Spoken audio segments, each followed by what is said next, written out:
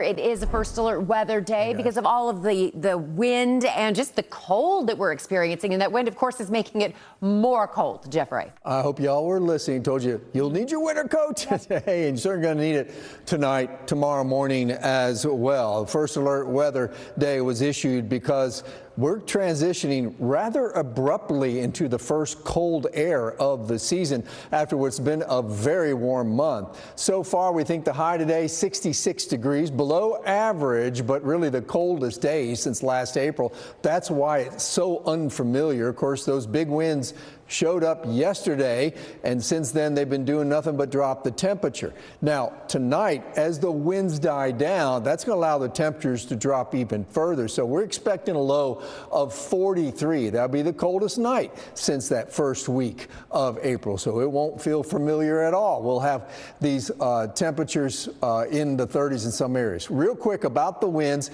these were the peak wind gusts through the course of the day. In many reports, 50-mile-per-hour winds, and you can see the official airport reports were in the upper 40s in many areas. So yeah, it was an extremely windy day, and the winds fortunately coming down, but like I said, that just allows the temperatures to drop. Now we're going to keep that wind advisory till 6 o'clock. It's still rather gusty out there, so be careful driving around.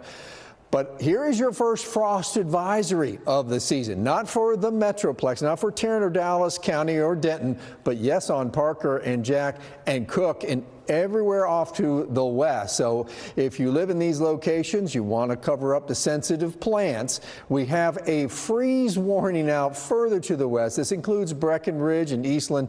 This is where temperatures are forecasted to be below freezing.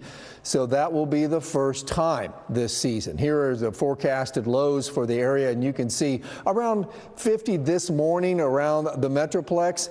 That's how it was this morning. The forecasted lows you can see are much colder. We'll be in the 30s over in Bridgeport and Mineral Wells, and just above freezing, if not below, by the time you get out to our western counties like in Breckenridge. So what's ahead? Well, here is your 4-day outlook. You'll need those coats tomorrow. We'll be around 70 on Friday. By the way, trick-or-treaters, looks great. We'll have clouds coming in Saturday with a small rain chance. This is that small rain chance. First, Halloween night, clouds are coming in. Then the cold front comes through, and that cold front is what brings those temperatures down for Sunday. We'll recover a little bit, but by the time we get in the middle of next week, guys, we've got some really great fall weather sticking around.